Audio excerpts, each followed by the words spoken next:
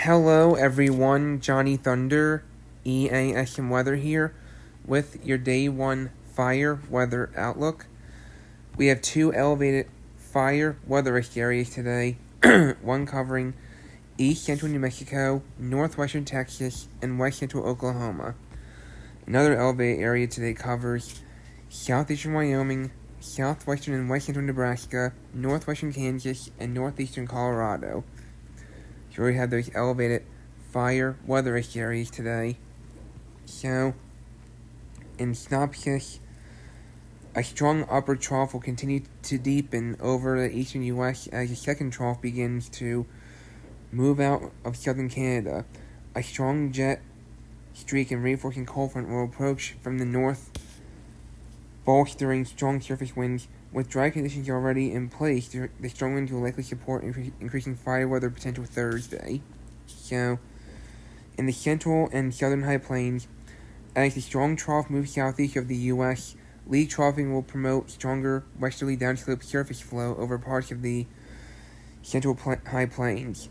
With a dry air mass in place behind the prior cold front, afternoon relative humidity values of 15 to 20% are expected across parts of southeastern Wyoming and in northern Colorado, and western Kansas and Nebraska.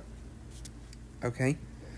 Surface winds of 25 to 40 miles per hour overlapped with the low humidity will likely favor sustained elevated fire weather conditions for several hours given very dry fine fuels. A couple of hours of near-critical fire weather concerns are also possible across the region through the afternoon. The strongest gusts, 30 to 40 miles per hour, will likely not overlap with the lowest humidity, and some light precipitation that has tempered the driest fuels. This lower confidence precludes the inclusion of a critical area for now.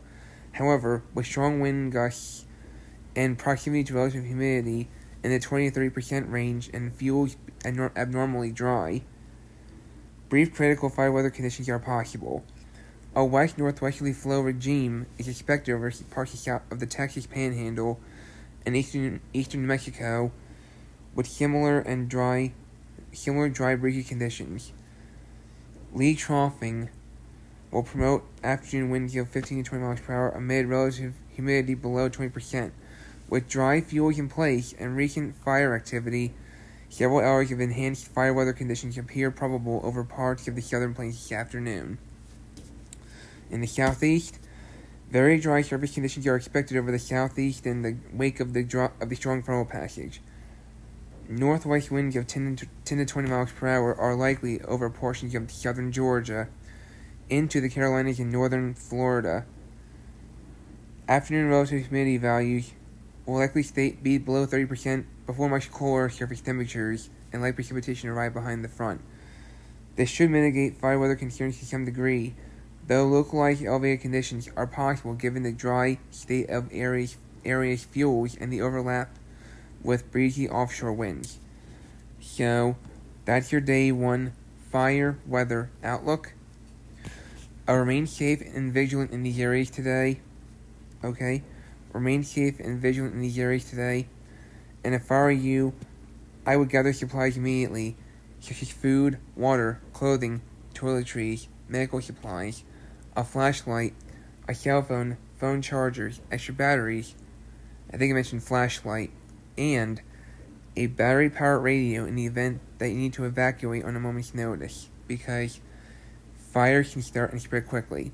So, yeah, please avoid outdoor burning. Please avoid outdoor burning, okay? Because one little spark is all it takes for a fire to start and spread quickly. Also, do not throw cigarettes on the ground. Do not throw cigarettes on the ground, even if they're not lit. Because 1, that's littering. 2, one little spark is all it takes for a fire to start and spread quickly. And make sure your cigarette is fully out before you throw it away. So, anyway, stay safe and vigilant in these areas today, and I should be able to have my Day 2 fire weather outlook this afternoon. And I'm sorry I've been forgetting to do Day 2. Just, a lot of stuff going on. But anyway, if I don't forget, I should have my Day 2 fire weather outlook later today. Take care.